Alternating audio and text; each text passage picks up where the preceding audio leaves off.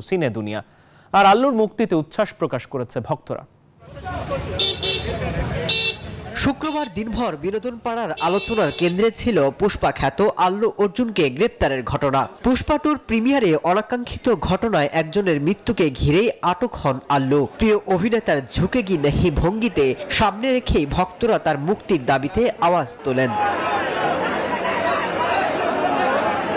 তবে আপাতত স্বস্তির নিঃশ্বাস ফেলছেন এই অভিনেতা। এই মামলায় তেলেঙ্গানা হাইকোর্ট 4 সপ্তাহের জন্য অন্তর্বর্তী জামিন দিয়েছে আল্লুকে। তবে সারা রাত তাকে জেলেই থাকতে হয়। আর সকালে ছাড়া পেলে উচ্ছ্বাস প্রকাশ করে তার ভক্তরা।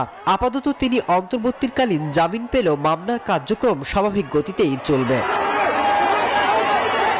Executing a personal bond of ₹50,000 with the superintendent of jail at Chanchalguda. মুক্তির আগে আকাশসমান হাইপ তুলেছিল আল্লু অর্জুনের পুষ্পা টু। মুক্তির পর বক্স অফিসেও দেখা গেল সেই দৃশ্য।